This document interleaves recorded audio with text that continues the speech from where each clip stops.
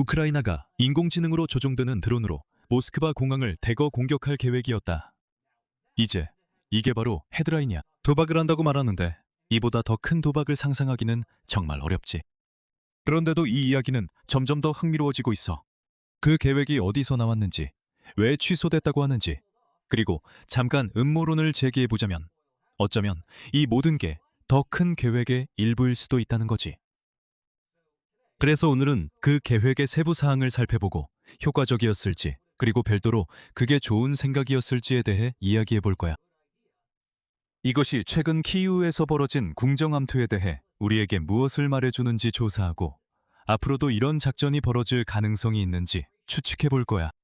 하지만 우선 우리가 그 소문난 계획에 대해 알고 있는 것부터 시작하자. 목표는 러시아의 공항들이었고 특히 모스크바시 주변의 공항들이 주요 대상이었어. 우크라이나는 소형 드론을 때로 투입할 예정이었고 이는 스파이더웹 작전 때 사용된 쿼드콥터보다 더 큰 드론들이었어. 하지만 여전히 최근의 물류 차단, 정유시설, 와일드베리 공세에서 흔히 사용되는 드론보다는 작은 크기였어.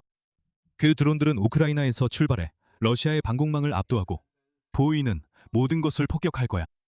이 프로젝트는 드론의 수량과 크기를 반영해서 코드명 MNMG라는 이름을 받았어. 여기서 주요 목표는 러시아 일대의 항공 운항을 불가능하게 만드는 거였어. 그리고 이전의 항공교통 통제 차질이나 러시아군의 대공포 지원을 위해 일시적으로 설정된 비행 금지 구역을 훨씬 뛰어넘는 것이었지. 최근 국제 해운에 대한 위협 덕분에 우리가 너무나 잘 알게 되었듯이 자본 집약적인 산업들은 운영을 위해 보험이 꼭 필요해. 비행기가 폭탄의 표적이 되기 시작하면 보험회사들은 보험을 철회하기 시작하거나 아니면 애초에 전쟁 행위는 보험 적용 대상이 아니지. 어느 쪽이든 항공사들은 자신들의 투자를 보호하기 위해 비행기들을 동쪽으로 이동시켜. 국제항공사의 경우에는 아예 나라를 떠나버리기도 해. 이 점은 우크라이나 전쟁 기획자들이 특히 염두에 두고 있었어. 그들은 터키 항공과 에미레이트 항공에 러시아가 사업하기에 좋은 곳이 아니라는 점을 납득시키고 싶었지. 몇 달 동안 이 작전을 준비했지만 전 국방장관 미하일로 페도로프가 7월에 사실상 해임되면서 이 계획은 보류되었어. 그리고 이 일에 대해 우크라이나에 물어보면 그들은 그런 작전이 계획된 적이 없다고 부인할 거야. 여기서부터 우리는 이 작전의 다양한 측면들을 다뤄야 해. 하지만 가장 기본적인 질문부터 시작해보자. 이게 효과적이었을까? 그리고 여기서의 핵심은 신중함이어야 한다고 생각해. 국제적인 주요 뉴스가 됐을까? 맞아. 그날 전쟁 관련 언론들은 정말 신났을 거라고 생각해. 스파이더웹 사건 이후처럼 말이야. 범죄적으로 엄청난 혼란을 일으켰을까? 당연하지. 이런 비유를 들어서 미안하지만 빈 라덴과 그 일당이 항공 분야에 그렇게 집착했던 데에는 이유가 있어. 공항은 경제의 중심지야. 비즈니스부터 관광 산업까지 여러 산업이 제대로 운영되기 위해 공항에 의존하지. 이 산업을 파괴하는 것은 본질적으로 슬픔을 배가시키는 거야. 그래서 그들은 계속해서 항공 산업을 노렸던 거야. 새로운 보안 조치가 계속 추가되었음에도 불구하고. 하지만 그 점들을 넘어서서는 이게 얼마나 실효성이 있는지는 잘 모르겠어. 그 소위 작전에 대한 최초의 보고서는 이렇게 시작했어. 인용하자면 올해 초 우크라이나 관리들은 볼로디미르 젤렌스키 대통령에게 러시아와의 전쟁을 끝내기 위한 위험한 새 계획을 들고 왔어. 지금 나는 이게 저자가 선택한 표현인지 아니면 정보를 유출한 관리들의 평가인지는 모르겠어. 어느 쪽이든 이 한 가지 간단한 방법이 전쟁을 끝낼 거라는 흔한 고정관념은 버려야 해. 그 계획이 실제로 상대 군대를 파괴하거나 상대 정권의 수뇌부를 제거하고 다음에 들어설 지도자가 군대를 철수시킬 것을 보장하지 않는 한 그렇게 해서 되는 일이 아니야. 작전은 지렛대를 제공합니다. 작전은 양측 간의 힘의 균형을 바꾸고 계속 전쟁을 이어갈 때 예상되는 비용을 변화시킵니다. 하지만 작전이 전쟁을 끝내는지는 협상 과정에서 발생하는 복잡한 마찰과의 상호작용에 달려 있습니다. 지렛대 효과만으로도 그 작전은 충분히 정당화됩니다. 그러니 작전의 공개는 여기까지만 하겠습니다.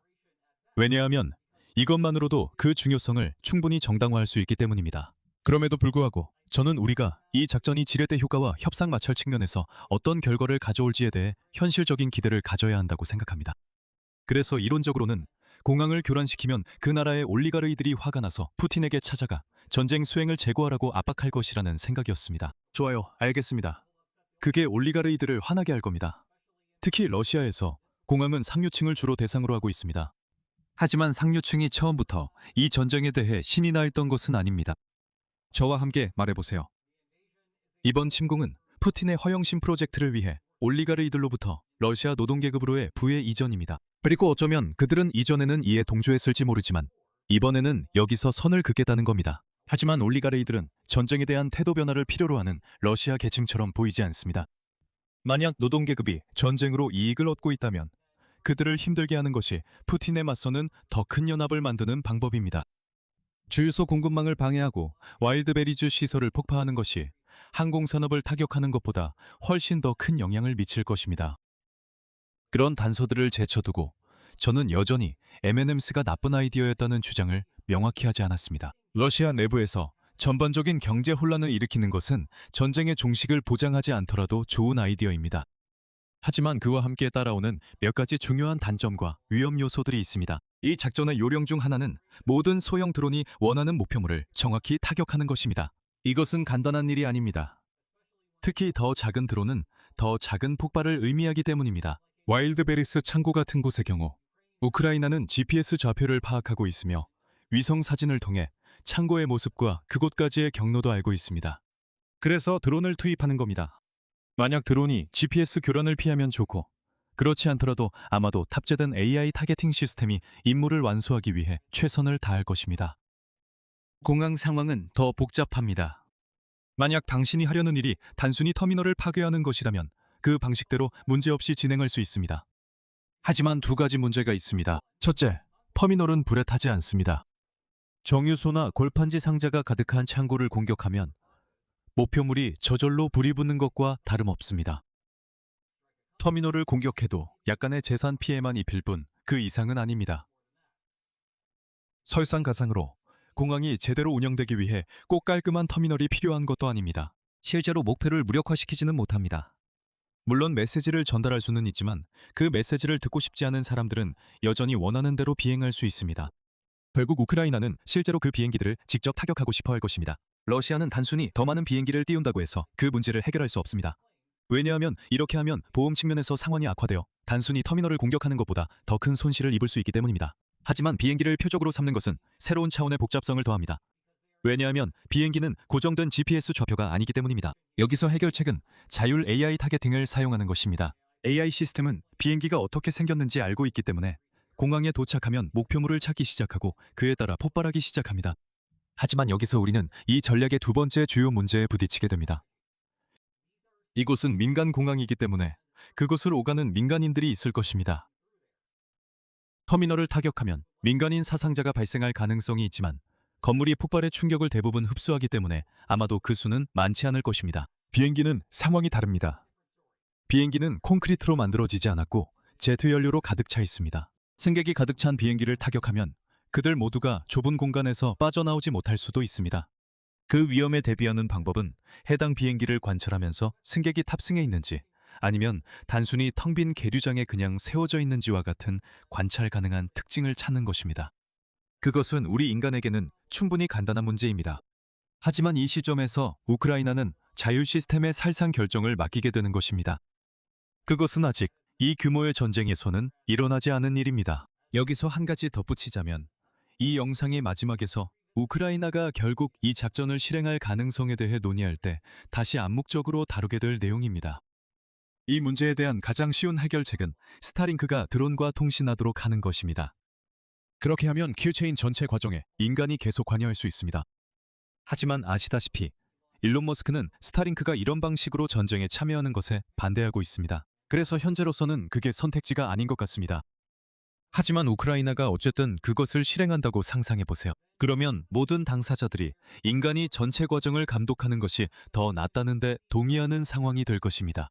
적어도 저는 키이우, 크렘린, 그리고 머스크 모두 사람들이 가득 탄 비행기보다 빈 비행기가 파괴되는 것을 더 선호할 것이라고 생각합니다. 하지만 머스크가 그 규칙을 엄격하게 지킨다면 실제로 인공지능이 그 결정을 내리는 모습을 보게 될 수도 있습니다. 하지만 그것이 현재 계획은 아닙니다. 보도에 따르면 젤렌스키는 민간인 위험 때문에 그 작전을 실행하는 것에 대해 우려를 표명했습니다. 분명히 말하자면 우크라이나는 목표의 가치가 충분히 클 때 민간인을 위험에 빠뜨릴 의향을 보여왔습니다. 그것이 와일드베리 공격이 계속되는 이유입니다. 이번 공격은 성공했을 때의 식용성과 위험에 처한 민간인 수에서 다릅니다. 크렘린이 새로운 동원령을 시작할 구실을 찾고 있는 상황에서 이런 행동은 상당한 위험을 감수하는 것으로 보입니다. 제가 9월 11일과 또 다른 유사점을 들자면 빈 라덴이 다른 사람들에게 호감을 사지 못한 여러 이유 중 하나는 그 공격으로 인해 102개국에서 온 미국인이 아닌 372명이 사망했기 때문입니다. 특히 그 중에는 러시아인 1명과 우크라이나인 1명도 포함되어 있었습니다. 간단히 말해서 공항에서 사람들을 죽이기 시작하면 희생자를 러시아인으로만 제한하는 것은 매우 어렵습니다. 이 점에 대한 마지막 부연 설명으로 제가 방금 설명한 논리는 실질적인 전략의 문제입니다. 보고서가 공개된 후 서방 측에서 본 많은 논평들은 이런 공격이 얼마나 많은 전쟁 관련 법을 위반하는지에 관한 것이었습니다. 이것을 우크라이나의 관점에서 바라보는 것도 가치가 있다고 생각합니다. 우크라이나는 이제 어떤 서방 변호사가 법률적인 상아탑에 앉아서 이 상황에 대해 어떻게 생각하는지 신경 쓸 단계는 지났습니다. 우크라이나 내에서 민간 항공편이 운항된 지는 이미 여러 해가 지났고 우크라이나의 일부 공항은 이렇게 보입니다. 만약 그 작전이 전체적으로 이득이 된다면 우크라이나는 그것을 실행할 것입니다. 적어도 지금까지는 실질적인 문제들 때문에 우크라이나가 그 전략을 선택하지 않은 것입니다. 다음으로 넘어가서 저는 그 보고서가 7월에 키이우 내부에서 벌어진 궁정 암투에 대해 새로운 시각을 제공할 수도 있다고 생각합니다. 저는 전 국방장관 미하일로 페도로프처럼 여론이 이렇게 빠르게 드바뀐 사람을 본 적이 없습니다. 그가 어떻게 인기를 얻게 되었는지는 놀랄 일이 아니죠. 그 사람은 분명히 수평적 사고의 달인입니다. 만약 그가 우크라이나를 책임지고 있었다면 이 채널에서 흥미로운 콘텐츠가 끊이지 않았을 겁니다. 그 모든 것을 한번 생각해보세요. 크림반도를 마비시키기 위한 남부 지역의 보급망 타격, 귀중한 목표물을 파괴한 우크라이나 부대에 더 많은 장비를 제공하기 위한 포인트 시스템, 아마도 와일드베리 공격일 겁니다. 그리고 이제 이 작전, 그게 좋은 생각이었는지 아닌지는 차치하고 젤렌스키가 사실상 그를 해임했을 때 우크라이나의 여론과 서방 탕론가들 모두가 부당하다고 외쳤다. 이런 관점에서 젤렌스키는 시르스키 휘하에서 구식 소련식 전략을 지지하는 어이없는 결정을 내린 셈이었다. 그리고 페도로프의 해임은 나라의 부패한 과두 정치를 보호하는 것이었다. 여러분도 그 일이 벌어질 당시 제가 했던 논평을 기억하실지도 모르겠습니다. 우리는 모든 개인적인 역학관계를 이해하지 못했고 더 많은 병력을 전선에 투입하자고 요구한 사람에게 책임을 돌리는 것이 정치적으로 편리했습니다. 하지만 우리 외부인들은 그 상충관계를 완전히 이해하지 못하고 있으며 우크라이나가 실제로 전선에 인력을 우선적으로 배치해야 한다는 관점도 충분히 타당했습니다. 한편 페도로프는 젤렌스키에게 자신이나 시르스키 중 한 사람을 해고하라는 불필요한 최후 통첩을 내렸습니다. 상황에 대한 묘사를 보면 젤렌스키가 페도로프를 해고한 이유를 쉽게 이해할 수 있습니다. 수평적 사고에 뛰어난가요? 정치적 계산에 능한가요? 그건 별로입니다. 그 주제를 이어가자면 지난주로 빠르게 넘어가 보겠습니다. 페도로프는 정치적 승부수를 던지며 우크라이나 헌법에 반하는 선거를 치르자고 요구했습니다. 이 지점에서 그에 대한 대중의 여론이 순식간에 뒤바뀌었습니다. 페도로프는 상황을 자신 중심으로 만들었고 사실상 젤렌스키의 대통령직에 그렇게 분명히 말하지는 않았지만 도전장을 내민 셈이었습니다. 제가 지금 이 이야기를 하는 이유는 공항 작전이 보류된 한 가지 설명이 바로 페도로프가 제쳐졌기 때문이라는 점입니다. 적어도 그렇게 설명되고 있습니다. 하지만 추측의 영역으로 들어가 보자면 여기서 인과관계가 뒤바뀌었을 가능성도 있습니다. 페도로프는 그의 창의성 덕분에 당신이 팀에 두고 싶은 사람입니다. 하지만 그가 자신의 역할을 이해했는지는 확실하지 않습니다. 당신이 영리한 계획을 가지고 있다고 생각한다고 해서 그것이 좋은 생각이 되는 것은 아닙니다. 저는 그 공항 작전을 분명히 영리하다고 표현하겠습니다. 저는 그것이 좋은 생각인지 확신할 수 없습니다. 왜냐하면 그것은 아마도 국방장관이 다루기에는 훨씬 더 큰 정치적 판도가 걸린 문제이기 때문입니다. 그리고 다시 한번 정치적 계산은 페도로프의 약점인 것처럼 보입니다. 다시 한번 말하지만 이것은 순전히 추측일 뿐입니다. 하지만 페도로프가 계속해서 작전을 고집했고 젤렌스키가 그에게 포기하라고 말했다고 상상해 볼 수 있습니다. 페도로프는 그의 특유의 고집스러움으로 보이는 태도로 거절했고 그래서 젤렌스키는 그를 내쳤습니다. 어쩌면 심지어 그 유출조차도 젤렌스키를 행동하게 만들기 위해 페도로프 팀에서 나온 것일 수도 있습니다. 그건 흥미롭게 이야기가 이어지네요. 왜냐하면 저는 우리가 이 작전에 대해 영원히 끝을 내야 한다고 생각하지 않기 때문입니다. 러시아는 자국의 방공망으로 고전하고 있습니다. 이것은 크렘린에 완전히 새로운 문제를 야기할 것입니다. 우크라이나는 민간인 피해 문제를 극복하거나 최소한 크게 완화할 방법이 필요하겠지만 그 조건만 충족된다면 이 작전은 분명한 효용이 있습니다. 아마도 이것은 자율 표적 지정 기능을 제거하는 것을 포함할 수 있습니다. 우크라이나의 소위 실험에 따르면 인공지능은 아직 충분히 신뢰할 수 있는 수준에 도달하지 못했습니다. 그래서 아마도 우리는 스파이더웹 작전과 비슷한 상황을 보고 있는 것 같습니다.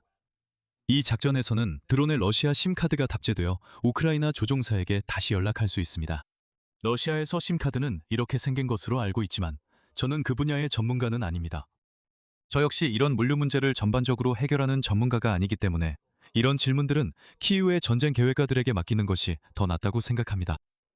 여기서 제 마지막 생각은 한 가지 완화 전략은 공격을 예고해서 민간인들을 대피시키는 것이지만 동시에 인프라와 비행기를 보호할 충분한 시간을 주지 않는 것이라고 생각합니다. 그 유출이 어떤 효과를 냈을까요? 첫 번째 음모론은 오늘 우리가 설명한 이유들 때문에 우크라이나가 실제로는 그 공격을 감행할 의사가 전혀 없다는 것입니다. 키이우의 정치 관계자들이 그 제안을 일부러 유출해서 국제 기업들이 스스로 철수하도록 유도하려고 했다는 것입니다. 하지만 두 번째 음모론은 그 계획이 여전히 진행될 수도 있다는 것입니다. 나중에 비평가들은 그 보고서를 지적하면서 문제를 공개적으로 인식했음에도 불구하고 그 항공사들이 계속 운영되고 있다고 언급할 수 있습니다. 자, 오늘의 핵심 요점은 무엇일까요? 우크라이나는 러시아 민간 공항을 파격하자는 흥미로운 제안을 했습니다. 현재로서는 민간인 피해에 대한 우려로 우크라이나가 그 기회를 포기했습니다. 하지만 우크라이나가 앞으로도 그 거부 입장을 고수할 것이라고는 장담할 수 없습니다. 한편 미래의 반대는 과거이며 이 두 권의 훌륭한 책은 이 전쟁이 어떻게 시작되었는지에 대한 초기 국면을 다루고 있습니다. 이 책들에 대한 더 자세한 정보는 영상 설명란을 확인해 주세요. 오늘 영상이 재미있으셨다면 좋아요와 공유, 구독 부탁드리고 내일 다시 뵙겠습니다. 건강하세요.